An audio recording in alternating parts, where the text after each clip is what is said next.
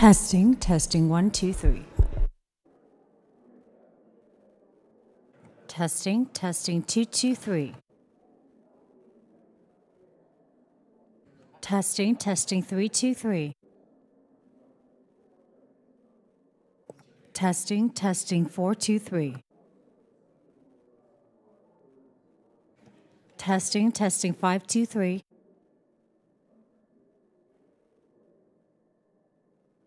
Testing, testing, 6, 2, 3.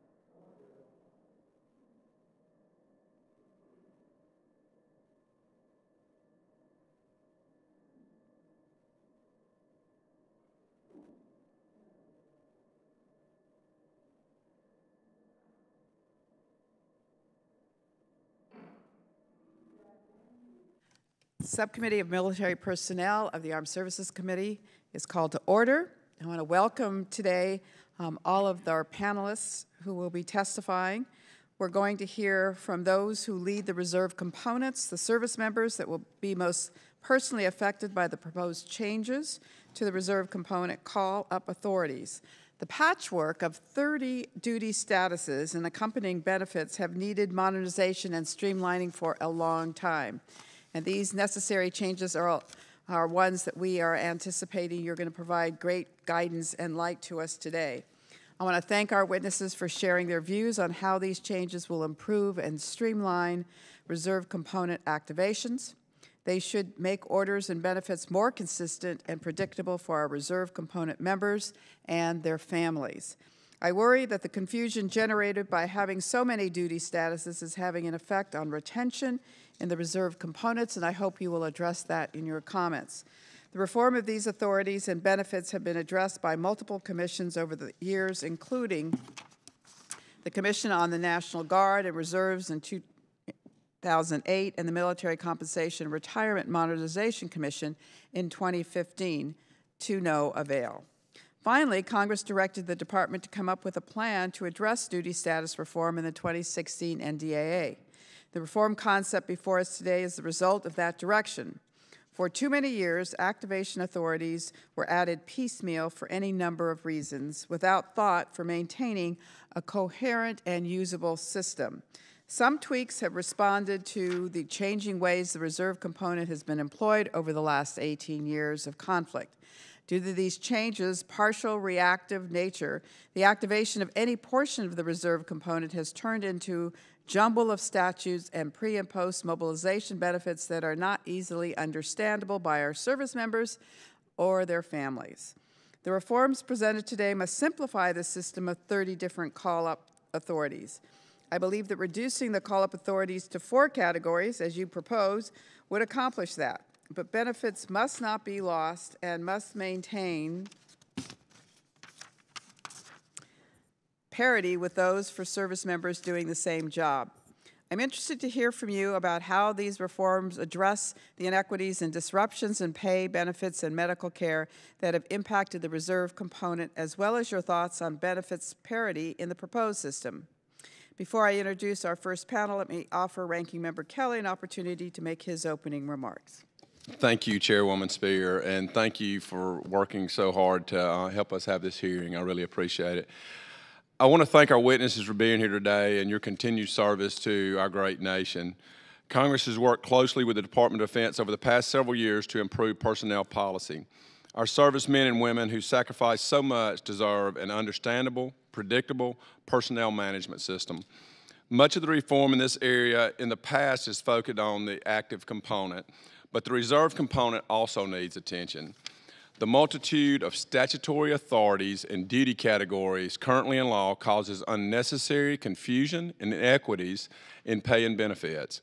In fact, we've heard several examples of 2 reservists mobilized for the same mission in the same location, yet receiving drastically different benefits simply because of their duty status. In addition, we have heard of multiple complaints regarding a disruption in pay and benefits as service members transition from one status to another. That is why the FY 2016 NDAA included a provision that required the Department of Defense to conduct an assessment of potential for consolidating authorities. I appreciate the work that the Department has done so far, and I'm glad that the Department has included the reserve components and the National Guard Bureau in the discussions that they explored these reforms. I understand the National Guard has expressed some concerns regarding a perception that earlier drafts of the legislation may have modified the authorities of governors to control our National Guards. I want to caution you, our adjutant generals are, and when I say I don't mean all, but I mean the majority of them, by a heavy majority, are very concerned about losing those authorities. I encourage the Department and the National Guard to work together to resolve any remaining concerns.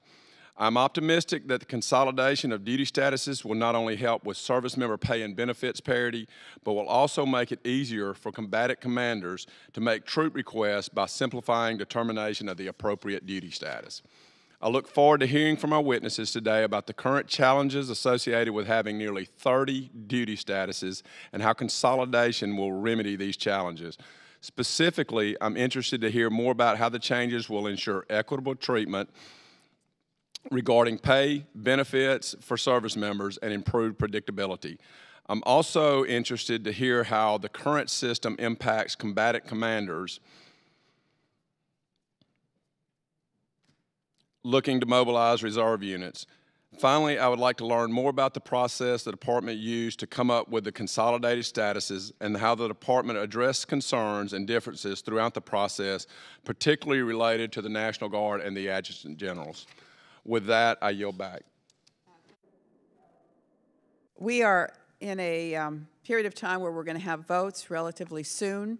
So what I'd like to recommend is that you forego your oral statements and your written comments will be made part of the record. And I want you to give us, if you can, a 2-minute Cliff Note version of what you think is most important for us to glean today. We'll start with you, Ms. Bush. 2 minutes. Thank you, Madam Chair. I think that the most important thing to glean for you is goes to what you were saying. Today's system is so complex and arcane that it creates disparities in pay and benefits, disparate treatment, and impedes an efficient and effective use of the reserve component. I think that the proposal that we have as currently drafted addresses all of those concerns. And what it does is it creates the means to align pay and benefits to 4 broad categories of use and utilization of our reserve components.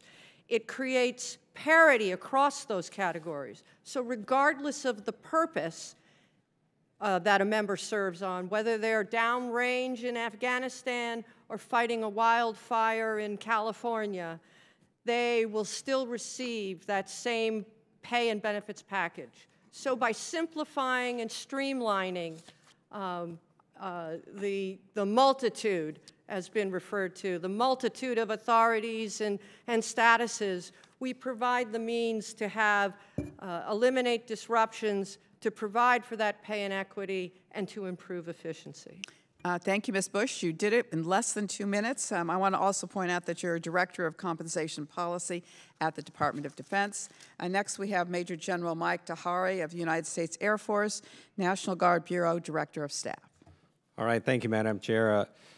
Just a couple comments. I think Ms. Bush highlighted this very well in terms of the types of benefits that we would see. And from our perspective, from the National Guard Bureau, we all have many stories, and all of us who are serving in uniform have many stories of the types of disparities that take place and the disruption that it results in, particularly for our members that are out there in the fight and in training situations. And so we firmly believe that we have to find a way to get those corrected. One of the things that we have looked at, and I've had a number of discussions with a number of people on this, but one of the things that we're being very careful of is we recognize that full implementation of this is going to take a very long time, and it's going to go across many departments, and there will have to be many adjustments that are made across the departments of regulations and policies. Through this process, National Guard senior leaders, the adjutants generals, and the Council of Governors maintain that their existing authorities must remain safeguarded in any proposed duty status reform legislative action process. States and governors are going to remain focused throughout this process on ensuring that they maintain accessibility and unique authorities with respect to the state and state National Guard. Now we at the National Guard Bureau, I will tell you that we have been working collaboratively. Everything that has come to our attention and the concerns that have come to our attention at the National Guard Bureau, we've been working very closely with OSD. We're very confident that many of those are being addressed and are in the process of being addressed, and we are really very optimistic that we can find a way to help get this language through while we preserve those essential capabilities. So we continue to focus on that, ma'am, and that's where we're going from here. Thank you, Major General. Next is Major General A.C. Roper of the United States Army, Deputy Chief, Army Reserve. Thank you, Madam Chair, for this opportunity. The bottom line is our vision as an Army Reserve is to build the most capable, combat-ready, and lethal Federal Reserve Force in the history of our nation. but all of that is dependent upon our soldiers. And what we have assessed as we looked at this proposal, that this helps us. It helps provide simplicity, and it helps provide continuity as soldiers shift across this wide spectrum of almost 30 different authorities when they're mobilized or called to active duty. The bottom line for us is the Army Reserve, we know that we can make this better as a part of this team, and we have been involved in this since December 2015 when our first action officer was assigned. And as a member of the Secretary of the Army's Army Reserve Forces Policy Committee, I've been involved and received regular updates as a part of that committee. We would meet quarterly, and as the action officers worked through it, they would make those presentations to us. So we've been aware of it. We've been a part of the team, and we would look forward to it continuing through the process and coming to fruition. Thank you, ma'am. Thank you. Mr. Barrett, Patrick Barrett is the Deputy Chief, Navy Reserve. Thank you, Madam Chair. First, I'd like to actually thank Office of the Secretary of Defense to try to wrangle in the different 6 to 7, if you include the Coast Guard reserve components, and get them into agreement that's a high task. They've actually done a great job of doing that, and this has been a long process for them. As they brought us in and they've heard of all our complaints, they've been able to encapsulate those and really put together a rock-solid plan. As you mentioned in the opening remarks, it's been a piecemeal approach. Virtually 100 years, there's been a problem and an issue, so we've addressed each one individually. That's what's given us the patchwork quilt that we have today. So this effort has been very collaborative, and I think we've hit it in a comprehensive manner to honestly just simplify. And I say that because the errors that we've had are also because of some of the clerks who actually write these orders to push soldiers downrange and sailors. It's so complicated, they have a hard time trying to keep track of the different authorities and as they're doing just computer data entry. So the simplification will help from the administrative clerks all the way to operators that have to go downrange. So thank you. Okay, thank you, Mr. Barrett. Lieutenant General Richard Scobie, United States Air Force Chief, the Air Force Reserve. Madam Chair, I tell you, both you and Ranking Member Kelly have codified the problem exactly right for what our members are going through. I'll put a finer point on it. My colleagues and I are in agreement on all the things that have been said so far. The military, we modernize our weapon systems on a regular basis. The importance of this is why I'm here today to testify in front of you, because it will absolutely make a difference in our airmen's and their families' lives. So just like we modernize our equipment, we have to modernize our organization as well. And right now we're continuing to operate under some obsolete rules and regulations that really tie our hands and the combatant commander's hands when it comes to employing the reserves and also the Air National Guard. So we need duty status reform. It's going to enhance our readiness, it's going to increase our flexibility, and it's going to improve our operational utilization. This effort will also improve the Air Force Reserve's quality of life for our airmen, as I talked about a second ago. So these changes are going to not only do that, but they're going to ensure that our personnel are correctly compensated for their service. It'll prevent disruptions in pay and benefits, including medical coverage for our reserve component. And I can tell you from experience, having deployed in 2008, at the time I was a traditional reservist, going from where I was training in one status, getting ready to mobilize in another status, actually mobilizing and going downrange into Iraq, and then coming home to reconstitute. I went through 6 different statuses as I was doing that. And me as a colonel at the time, it caused a break in health care for my family, which if that happens to a colonel or a senior officer in America's armed forces, imagine what's happening to some of our younger folks that can't absorb that kind of shock. So that is why this is important and why it's so important that we do and take care of this business today. Thank you. Thank you, Lieutenant General. Now we're going to hear from Major General Bradley James, Chief of the Marine Corps Reserve. Madam Chair Spear and all the distinguished members of the subcommittee, thanks for having us here today. I'm in absolute violent agreement with everybody on this table. I think we're in unison with this. This is something that is most needed. We've seen it since post 911 with all of our call-ups and our demands of our reserves. And through the transitioning of these and the inequities is tough, and it's tough sledding for us, especially from the administration side. We continue to work through these complexities. I just ask that we get this right when we roll it out. We were absolutely, the Marine Corps Reserves, we're in agreement that this needs to be done. Currently, we have increased administrative responsibilities that say we work through that. We do have a higher demand for reserves. We've transitioned from that strategic reserve to the operational reserve, and we anticipate continuing to keep our reserves busy. To this day and age, about a third of our reserves will go out and support geographic combatant commanders on an annual basis. The Marine Corps, like I say, we fully support the OSD's efforts. We appreciate those efforts, and anything that we can do to redesign and simplify the current reserve duty status is we're on board for. Thank you, Major General.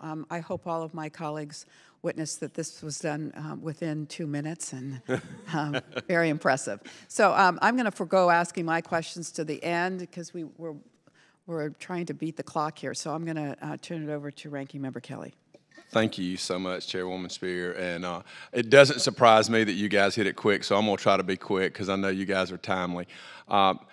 Ms. Bush, you mentioned that a large number of duty statuses causes challenges for combatant commanders who are requesting reserve component troops and can also cause disconnects in programming and budgeting. Can you explain why? So yes, sir. I think that the answer is very much goes to what you were talking about. When you have a myriad of duty statuses, our combatant commanders are hampered by the complexity. They don't know with clarity how the benefits that their troops are going to receive when they're called up. They don't know even the status that might be the most appropriate for the nature of the work they need our members to perform. I believe that our proposal, as is currently constructed, provides for that greater clarity, provides for that predictability and how the benefits troops will be using. I mean, they need to be concerned about their personnel once they are called to duty. So we know that our proposal will do that and help them in that way and make the utilization of the reserves that much more effective and efficient. And this is, you all don't have to answer it. You know, if somebody will answer it succinctly, and if one person is the right person, then please answer this. Under the proposed new statuses, what additional benefits will service members receive, and will reservists lose any benefits? So, sir, I'll take a stab at that. So I think that one of the things to go to your second question first about what they lose, I think they're losing today. And today they lose because of this complexity we have and the fact that it is piecemeal and there's a myriad of these statuses. So that when reserve component members and guardsmen are called up to perform similar work, they end up with different benefits. Under the proposal that we've constructed in our initiative, we eliminate that disparity.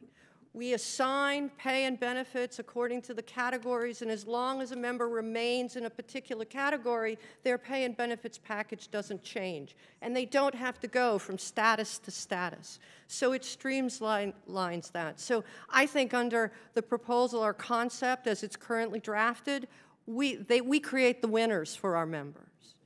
Now, in terms of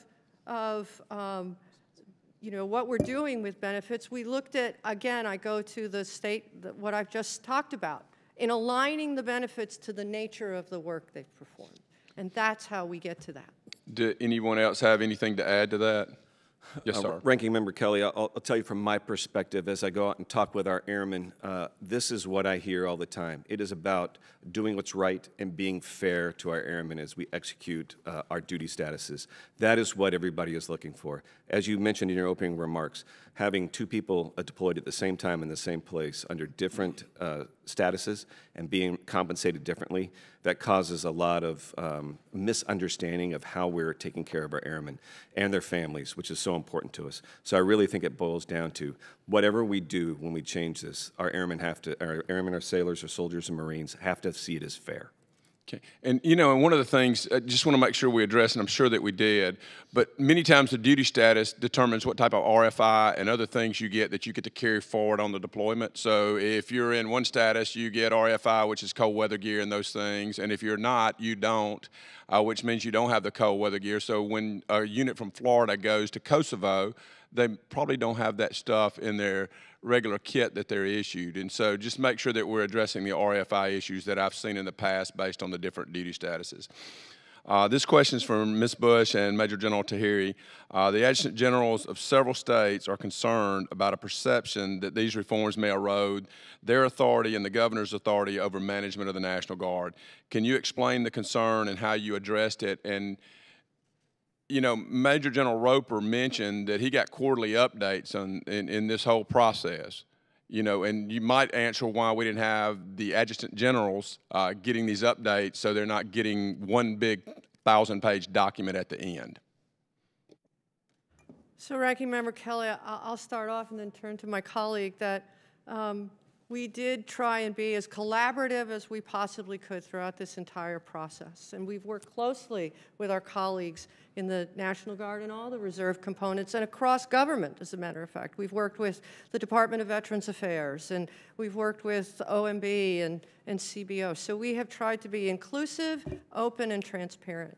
But we are aware of concerns that the tags and the governors have raised. And as my colleague, General Tahiri, said at the outset, we are working on those collaboratively now to address those concerns and to make sure that we maintain the line of demarcation between federal authority and state authority and jurisdiction. And so to the extent that there have been issues and concerns identified to us, we are working to address those concerns. And we will continue to work collaboratively to address any others that may arise as we move forward. Major General Tahiri. Yes, sir. So from my perspective, absolutely right. I know this process has been ongoing for a number of years. There have been a number of briefings. There have been times that we have presented the briefings to the Adjutants General. Now, in all fairness to the Adjutants General on that, when they see a briefing slide and they see PowerPoint presentations, that doesn't necessarily show them the exact verbiage that's going to show up in the language that may change the law fundamentally, right? So I think that the learning experience to some extent here in this process, at least for me, has been, and for many of us on the National Guard side, is the earlier we can bring them into the process and kind of get that fresh set of eyes onto what we have of the document, the better it is toward the end of the document, right? And so what we're in the process of doing now is going through everything that we have identified. Our understanding, and as you all know, we don't yet have a final document, but we hope we're somewhat close to getting the final document. As we put inputs in, anywhere that we have identified challenges, we're working to mitigate those challenges that might be in the document. Because I think it becomes important, as all of us sitting at this table have said, there's a lot riding on this for our members out there. So I think the Adjutants General want to get there too. We just need to kind of mitigate some of those concerns. Thank you. And I have my final question is just, does anybody know what the anticipated cost of this duty status reform is? Well, sir, I'm afraid that because our proposal is still with OMB, I'm not able to talk about that here today, but I can tell you that as we developed the details of our proposal, we did take cost into account, and we examined all the cost implications. And I'll just tell you on the process, final comment is, you know, yesterday we celebrated 40 years, the Speaker celebrated 40 years of C-SPAN being on the floor of the House of Representatives, and the transparency of seeing the sausage made. And I just say everybody needs to be able to see the sausage made, especially people who have a vested interest in it. With that, I yield back. Thank you, Mr. Kelly. Now, based on who was here at the gavel and seniority, we go to Mr. Cisneros. Thank you all for being here today. Thank you, Madam Chairman. You know, I spent half of my time in the Navy as a full-time support officer. So, you know, every time somebody would get activated or would go and do something, they never knew anything about categories, right? All they knew was pretty much that whether they were doing their duty weekend, they were doing an AT, or they got involuntary recalled, or they volunteered to get recalled. Why does it have to be any more complicated than that? Anybody could answer that question.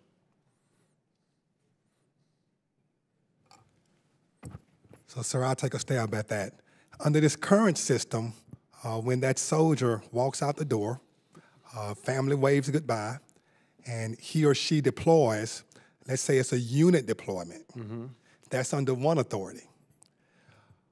As what happened with me when I was deployed, I had one soldier, when the deployment was ending, that soldier volunteered to stay longer. Well, now the earlier deployment is over. Now that soldier has to have a second set of orders under a different authority, which now benefits could change. And for the sake of discussion, if that soldier was to have gotten injured, then that would be a third set of orders. But the only thing the family saw was their loved one walked out the door. They don't even see all the bureaucratic nightmares that are occurring, because every time an order shifted, we curtailed one order, implemented a new order, that's a potential point of failure, because someone has to input and do all the administrative work that goes with that. So under this proposal as written, it's all about the purpose. When that soldier walked out the door on an involuntary mobilization and then voluntarily stayed longer and then was injured, all of that is on a single set of orders. And so that simplifies it for us. There's continuity in pay and benefits, and we think that's a win for our service members and our families. But the talk, when we look back and say, how did we get here? It's just been piecemealed. Every time we added a new authority, every time we added a new purpose for call-ups, and now we look back and now we see we have almost 30 different types of authorities with all the potential disasters that can occur with that. Thank you, sir. So how complicated is it going to be to go from 30 to 6 categories? So, sir, I would answer that by saying that there is complexity in our proposal as it's currently, our legislative proposal as it's currently drafted. We've identified more than 450 separate provisions of law that would need to be changed across 21 titles of the U.S. Code and across other uncodified statutes. We've identified hundreds and hundreds of DOD issuances, codes of federal regulations, DOD FMR, financial management regulations, and cascading down to guidance from the services, perhaps even laws in the various states. It's going to be a very complex thing to undertake, but once accomplished, it will provide that simplicity that General Roper's talking about. And a member will have one set of orders, and whether and they won't need to be in 6 different statuses just to get to deployment. And so it is a large undertaking, and I believe it's long overdue, and we need to get started. Well, once we start that, I couldn't agree more, right? Because like I said, to the soldier, the sailor, the airman, the Marine, all they know is they've been activated, and they're out there doing their duty. So how long is it going to take us to get through this process to where we can simplify it and really make sure that we're taking care of our service members? So I will say, sir, that it will need a significant amount of time for implementation, many years. I go to the blended retirement system. I thank the Congress that they gave us 2 years to implement blended retirement, but that was ambitious. And this is magnitudes larger than that. So there's going to be a significant time that'll be needed to implement this, to get all the policies and regulations changed, to update our pay and personnel systems. You know, I'm from the Navy too, and I know that our pay and personnel systems would need to be updated to accommodate this. And also to train our members, to train force managers, and to make sure that we're communicating well with our reserve component members and our families. I'm out of time, so I yield back my time. I thank the gentleman now, Mr. Abraham. Thank you, Madam Chair. Ms. Bush, in its current form, does this DSR legislation in any way change or modify states' rights, government's authorization, or the Insurrection Act? So, sir, I would say that as it's currently drafted, that it does preserve the prerogatives and the authority of the governors and the tags. However, having another set of eyes, as General Tahiri talked about, and getting all the tags to look at it and then provide us with their input, they have suggested some modifications and adjustments. And we are working on those those are being worked on even as we're sitting here today. And we're doing it very collaboratively, and we think that any other things that are brought up particularly during our time when we might have that time period for implementation, that we will be able to collaboratively resolve anything that needs to be addressed. And the governor's positions, what are they at this current time? Somewhat of the same? Yes, sir. Yes, Okay, sir. so you're going to work with them. And just one more question, Madam Chair. And this, back to you, Mr. Bush.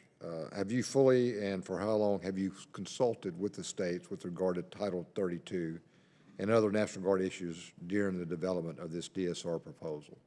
So in developing our proposal, sir, we have been, I would say, very open and transparent, and we have collaborated very, very closely with our colleagues, particularly in the National Guard Bureau, about Title 32 issues. We have worked with their staff, with their counsel, throughout the process in order to draft our DSR proposal. Okay. I thank you, Madam Chair. I yield back. I thank the gentleman. Ms. Harlan? Thank you, Madam Chair. And I'll likewise try to be quick. This is kind of relates to the issue that my colleague just raised. In FY 2007, the department inserted language that would dilute the governor's authority over the Guard. That language was subsequently repealed permanently by Congress. Fast forward to today, it has been brought to my attention by my state's governor, I'm from New Mexico, and Guard General about language that changes a governor's authority to deploy their Guard troops. What would be the rationale for such a move? Ma'am, I would say that that is not the move we are making, that we have indeed preserved the authority of the governors, to, at least as best we know it. But we are aware that this other set of eyes that I alluded to is now looking at every line of our proposal is currently drafted and has provided us input and identified areas to make adjustment. And we are making those adjustments. And ma'am, if I could, you know, I would say that one of the points that came up is the number of laws that have to be adjusted. And one of the considerations I think that the agents general are bringing to the table right now is that's across federal government. But across 54 states, territories, and the District of Columbia, a lot of laws are also going to have to be adjusted. So there's a period of time in there in which these things are going to take a little bit of time to kind of settle in and make sure that we get all the right authorities in place. To the question about addressing them, I would say that the language as yet is a work in progress. It's kind of the sausage that we talked about. So we continue to work to ensure that those authorities are there, as I mentioned in my early comments. And we are getting, frankly, nothing but support from OSD at this point in getting those comments updated and into the system. And our hope being that that final language represents and preserves those authorities in their entirety. So essentially, you can assure me today that there will not be any language that dilutes gubernatorial authority over their guards. Yes, ma'am. Thank you. Thank you very much. Madam Chair, in closing, I would like to enter this bipartisan letter from the Council of Governors into the record, expressing concern over this issue. Without objection? So ordered. All right, next, Dr. Bergman. All right. Yeah, that's in general. Look at that. Well, thank you. By the way, this is like deja vu all over again. You guys look great sitting there in uniform. So let's get to the heart of the matter right away. In any of your deliberations in coming up with the new proposal, did the issue of the 179-day rule come under discussion as far as it's an interestingly arbitrary number that has been used for a long time to, if you will, control and count active duty and strength so that, you know, there were no violations to the law there. So I would just ask, just for the sake of, did you consider any modifications to the 179-day rule in putting this together? So, sir, I would say that in constructing our proposal, first and foremost, our focus was on aligning pay and benefits to the nature of the work our members performed and working very diligently to eliminate those disparities where they exist. Okay. Because, you know, there was a system whereby you got 179-day orders, then you did a break in the orders, and you did 30 days of drills, and then you went back onto 179 days of orders. Anybody ever heard of that one? Yeah, okay. So anyway, now, having said that, as you look at the administration, your admin in the units, once this is implemented, do you sense more or less or the same amount of administrative time to actually get the orders right, as opposed to, let's say, in the civilian world where someone works for a company and they can go, they're online, HR, type in their password, check their benefits, do all of those things, submit the stuff. Was any of that considered in this? We certainly did consider that, what we needed to do to streamline processes and procedures. And we think that our proposal, as it is currently drafted today, does that. Okay, so then the assumption that, if you will, the use of again, human resources, personnel systems that exist throughout the world, rather than reinventing the wheel when it came to these systems, if pick your large corporation that does something that has hundreds of thousands of employees that it works, so to utilize that? Sir, I would say that, you know, as a former personnel officer myself, I was very mindful of the work that would have to be done down at the field level to administer this. Well, we do know that in order to implement it, though, we're going to need changes to our pay and personnel systems to accommodate this. So, you use the number 450 laws need to be changed. You got a list? So they're Give in us our the list. proposal. That's what Congress does. We make and modify laws, do technical corrections. So That's our job here. We do have a draft legislative proposal. It is under review right now at OMB. Well, it's, but is OMB expected to look at all 450 potential changes? Why don't we, as the people who will actually start looking at that, what's the prohibition that we can't look at it too? Regardless of the dollar figure, not scoring it, but for us who want to look at what we need to change and kind of give us a, you know, running in parallel as opposed to linearly? Sir, I have to say that OMB is tasked and chartered to review this proposal and to clear it for transmission to the Congress, and I'm unable to. Well, and we'll thank you for your very diplomatic answer. Madam Chair, I yield back. I thank the gentleman, Mrs. Davis. Thank you, Madam Chair. And thank you to all of you. And quickly, I'm going to ask sort of a series of questions, and maybe to clarify where we are, even though we don't have the document, and I appreciate that and understand where this is. The current activation authorities, which we're all aware of, in Title X have various limitations on which categories of reservists can be activated, for how long, and for what purpose. Does the proposed legislation modify these limitations in any way? Yes, ma'am. I know you have a set of slides in front of you, so if you would turn to slide 6, I think that might help you. So if you look at it, over to the left is a lot of the different authorities you've just alluded to. Under our proposed construct, our initiative concept, we would simplify and streamline all of those separate and distinct statuses and authorities into these 4 categories. Approximately 8 actual authorities for recall or for utilization of our reserves. And then key is to align the pay and benefits to those categories. So it streamlines across what we need in order to be able to What I'm looking for in some of this is just the rationale in some cases for the changes, and particularly in light of how you balance really the needs of the armed forces for access to the reserve components and the impact of activation that occurs on the reservists and their civilian counterparts or civilian employment.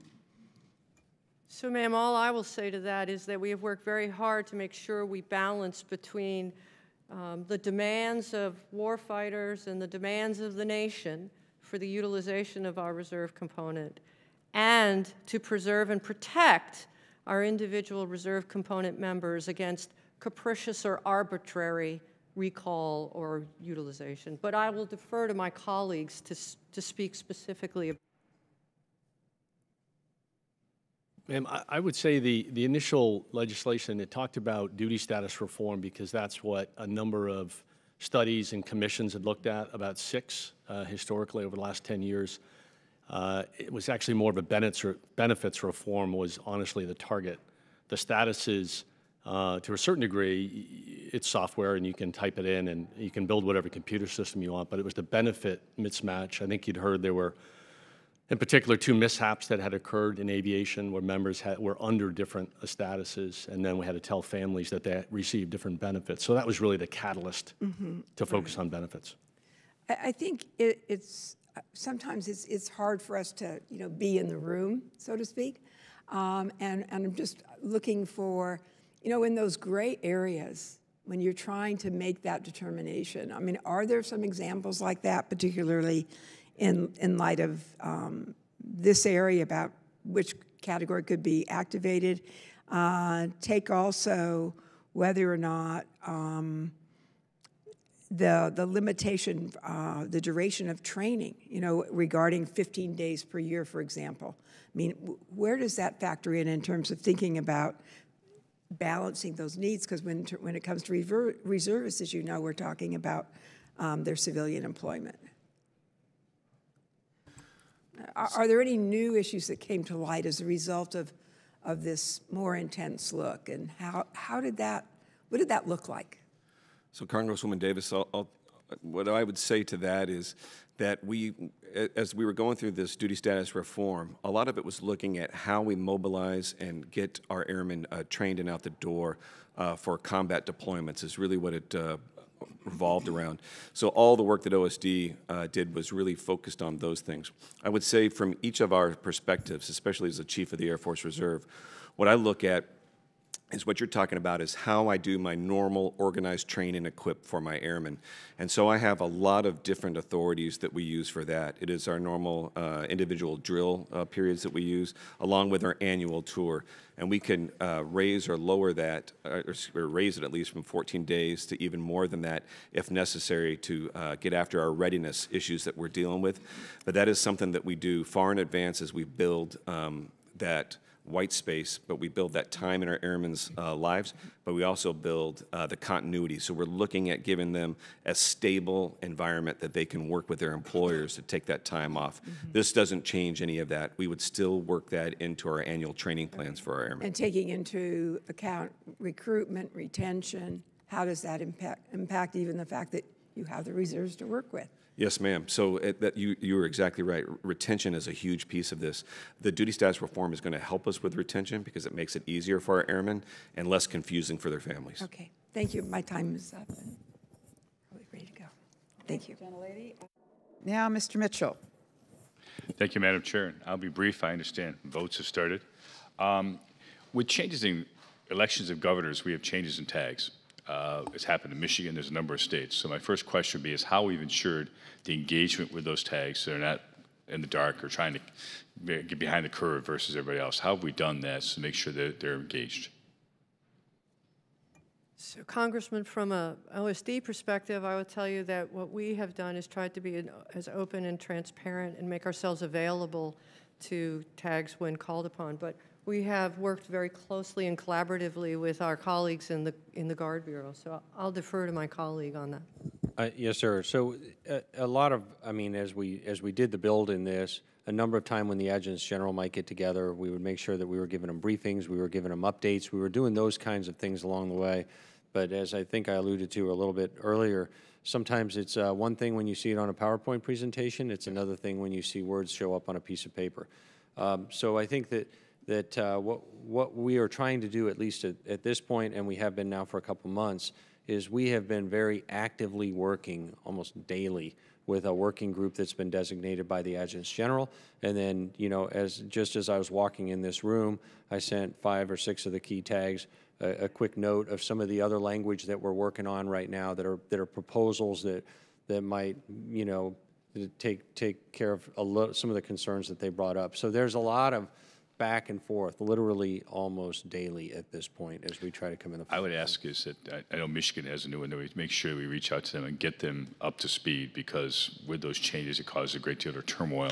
I can't be the only state that says, you know, oh, we need to make sure what's going on here. Yes, sir. It's because there are big changes, obviously. One other quick question. The order of this transition, you noted 450 laws, how many regulations. Do we have to weave this whole tapestry before we begin the transition, or how do you envision this happening?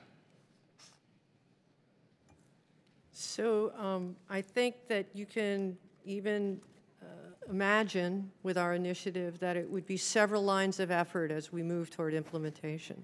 Certainly, policies would have to be positioned, and as we said, there's tremendous numbers of regulations, including in the CFR, et cetera. Yep.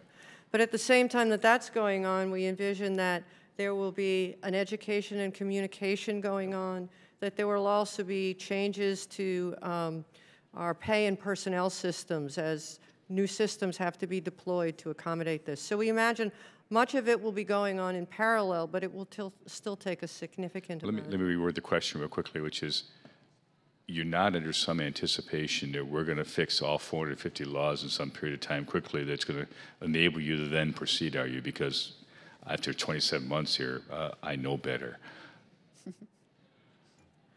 Well, sir, perhaps I'm a bit optimistic, but our proposal as currently drafted does make all those changes. In one bill? Yes, sir. Well, I'll join the General Bergman, and we can't wait to see that, Jim. With that, Madam Chair, I'll yield back as we do have votes, and thank you for the responses. Thank you very much. I thank the gentleman. For members, we have about 6 minutes left in the vote? About 5 minutes left in the vote. So feel free to leave as you deem it appropriate. I want to thank you all for being here. I'm going to be very quick with my questions. I think everyone's been wrestling with the same issue. You've said, a number of you have said it's going to take many years for implementation. And that is disquieting to us because we've been dealing with this for some time now. Can you, if it's in one bill and it's passed, you're then saying it's just the regulations that have to be crafted in order to implement the bill. Is that what you mean by that? Well, Madam Chair, as I kind of alluded to, there'll be several lines of effort, not the least of which is to make sure our systems can accommodate the change. And that's a major undertaking, so for as well as all the regulatory matters that need to be taken care of. But I feel that importantly, we have to have time to be able to go out and educate our members in what this new construct will be like, and also to educate our force managers and to be able to prepare members for the transition. Well, Lieutenant General Scobie, I think, made a very important point when he said that all of a sudden his family was bare in terms of health care services. I don't think we want any of our service members, whether they're National Guard or active duty National Guard, to be in a situation where they are without health insurance. So that, to me, would be a high priority to make sure is implemented immediately. Is that your belief as well? So, ma'am, I would say that one of the things we've thought through is to try and make sure that we're, as an interim measure, as things come about, that we address those sorts of issues that you just raised.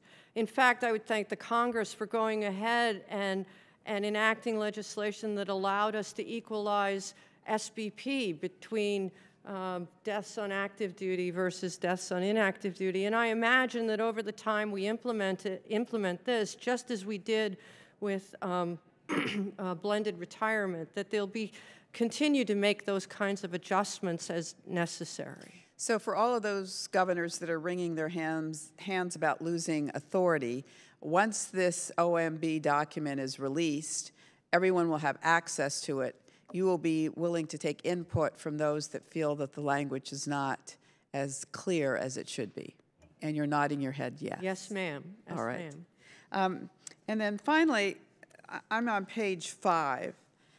Category 1 says, active service as determined by the Secretary of Defense in which the members may become involved in military actions. And then Category 2 is active service as determined by the Service Secretary that does not meet Category 1. Well, Category 1 says may become involved in military actions. I could conceive of a set of circumstances where you'd have someone in Category 1 that is equal to someone in Category 2 because they may not be in an military action. They just may be in military. That language concerns me a little bit. So, ma'am, I think what we're trying to say there is that they could be involved in a military action or an operation or perhaps a response to a natural disaster. So we're just trying to talk about the different forms of operational type of duty that this category represents. So, okay, so what you're saying then are either involved in A, B, and C as opposed to may be involved in A, B, and C. So that language may will probably not be in the document we see. All right. Okay. I think that answers all of my questions. I think everyone else has felt compelled to go vote, and I will as well. But if you have any final words, we'd be happy to hear them. So, ma'am, Madam Chair, I just want to echo the words you started out with. There's a piecemeal patchwork of authorities today, and duty status reform is long overdue, and I just urge, I thank the committee for your unwavering support of our reserve component members and their families, but I urge the committee to support our proposal. All right. Anything else? Ditto. Okay. With that, the committee stands adjourned.